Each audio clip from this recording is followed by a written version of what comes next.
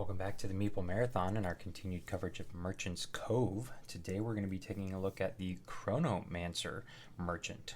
So these guys, this is the first merchant and the only merchant that actually has two movers, two miniatures, two characters that you'll be moving around the board. Now there is a trick to that, but these guys are heavily themed after Back to the Future. Here you can see that they are his name is Whiz Gray and Humpty McHalf, which I just find quite amusing. But their thing is traveling back in time, or actually maybe forward in time too, we don't know, but messing with time traveling and collecting artifacts to then sell to the customers. So you see here they have various portals that they can hop into, come back out with the various goods. So let's quickly talk about how to set up their board. It's very straightforward.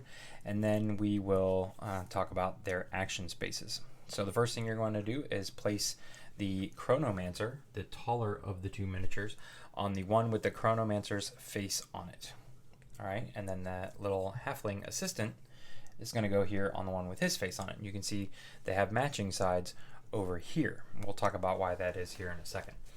Then you're going to take these frozen hourglass tokens and put one over top of each of the guild symbols, the guild sponsorship symbols along the top of your board. Then you're going to find the two portal cards. You can see that their whole gimmick here is that these portals are going to be shifting throughout the game. And so you're going to find the ones with the two finish line symbols on them. Those are your starting or start line symbols. Those are your two starting ones. You're going to shuffle them up and place them in the top.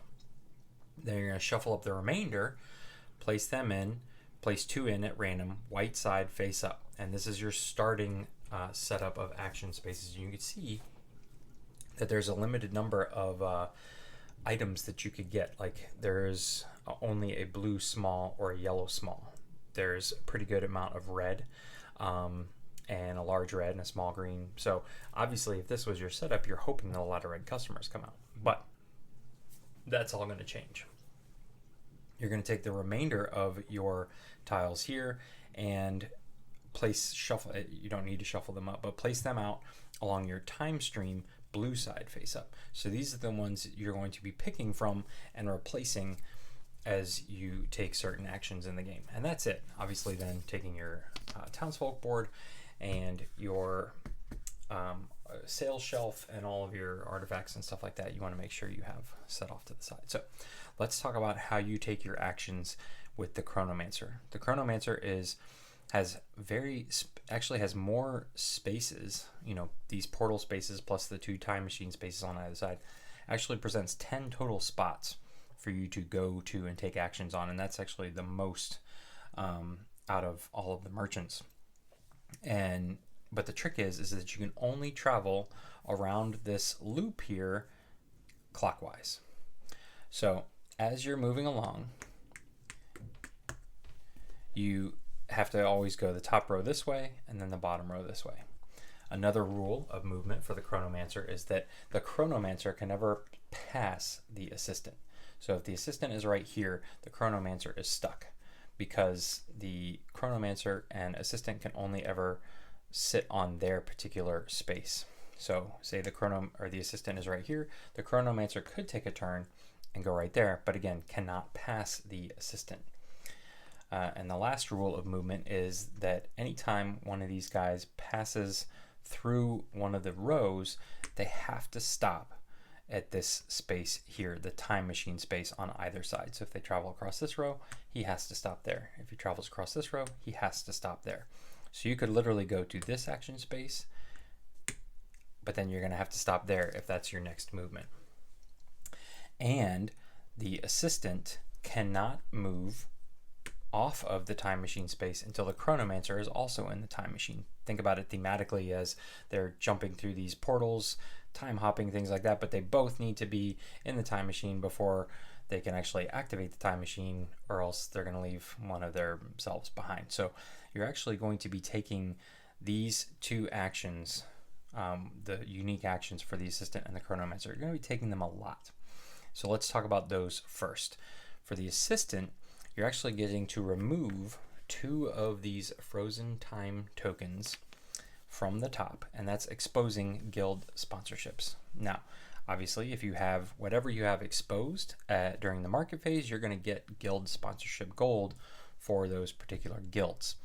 But these tokens can turn around and be spent to reduce the time it takes to complete an action on your board. So say, for example, you came here, you picked up your frozen time tokens, and then you came to this space, and it normally would cost you 2 time on the clock.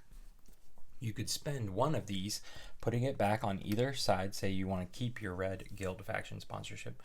You could spend that token, and now this action only costs 1 time.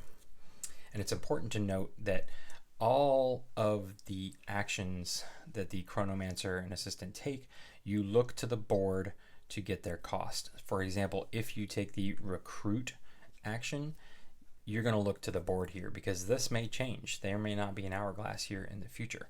So you're always going to look to the board even for certain actions.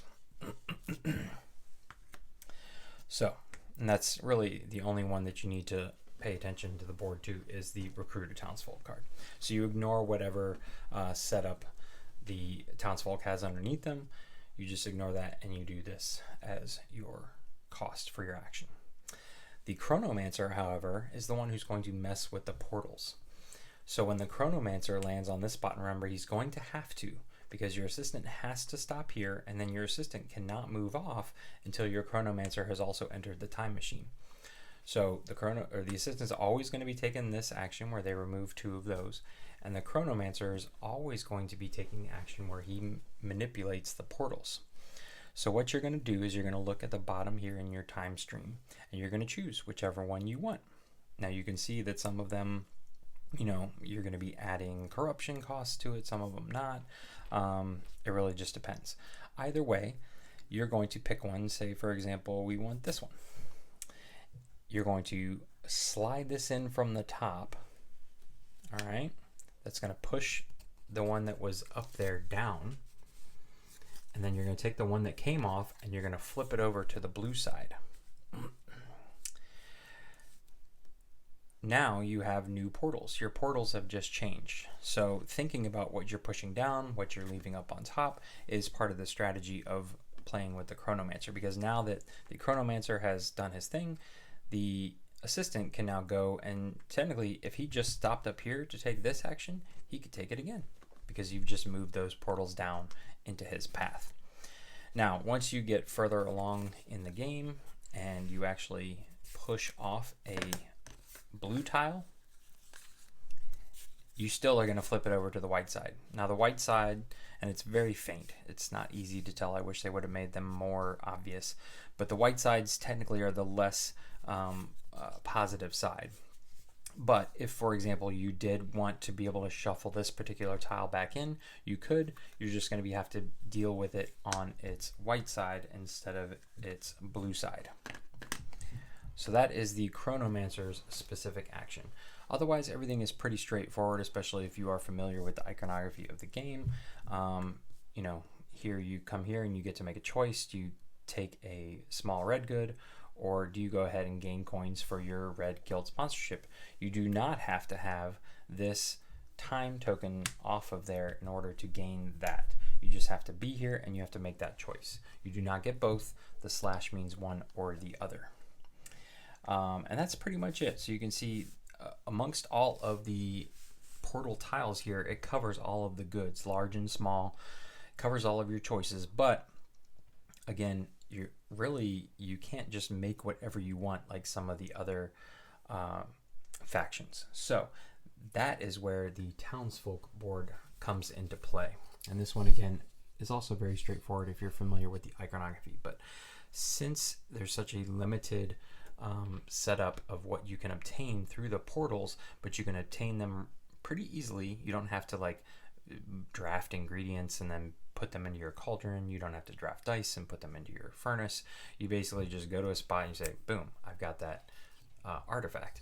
But it may not be the color you want. So the Townsfolk board is specifically designed for just swapping things off your sale shelf. So here you can see this one is swap any small good for a small good of a different color.